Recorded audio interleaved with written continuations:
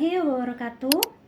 Halo semuanya, perkenalkan saya Ceng Pramesti Diah Ayu Oktaviani, mahasiswi program studi Psikologi Universitas Wijaya Putra. Video ini saya buat untuk memenuhi tugas ujian tengah semester mata kuliah literasi digital yang dibimbing oleh Bapak Suryo Atmojo MKom. Pada kesempatan kali ini, saya akan membahas topik yang sangat menarik dan relevan untuk perkembangan zaman kita, yaitu dampak kecerdasan buatan atau AI terhadap dunia pendidikan di Indonesia.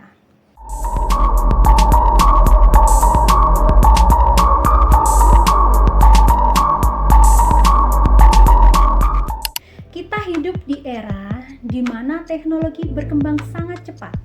Salah satu inovasi terbesar saat ini ialah artificial intelligence atau kecerdasan buatan.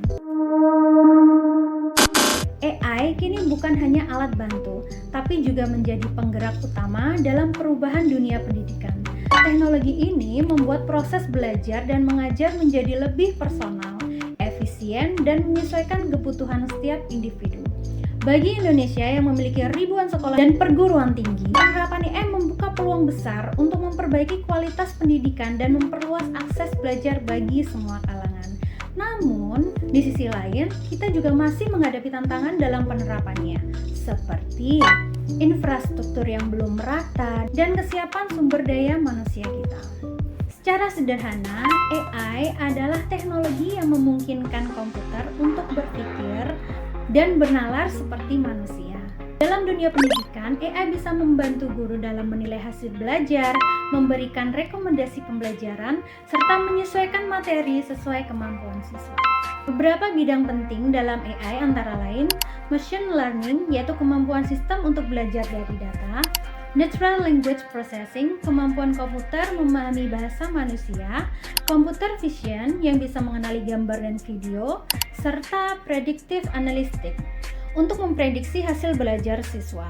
Perkembangan ini menunjukkan bahwa AI adalah tahap tertinggi dari evolusi teknologi pendidikan sejauh ini. Dari komputer dan e-learning, kini menuju pembelajaran yang benar-benar adaptif dan interaktif.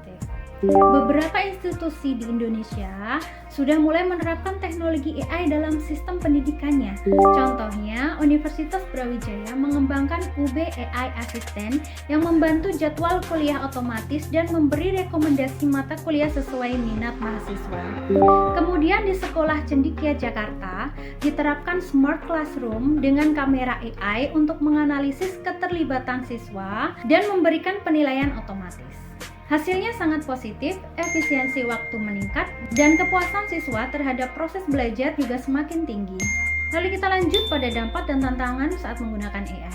AI memberikan banyak dampak positif bagi dunia pendidikan, di antaranya pembelajaran yang lebih personal sesuai kemampuan siswa, administrasi sekolah menjadi lebih efisien, akses pendidikan bisa menjangkau daerah terpencil, dan guru bisa mendapatkan umpan balik belajar siswa secara cepat.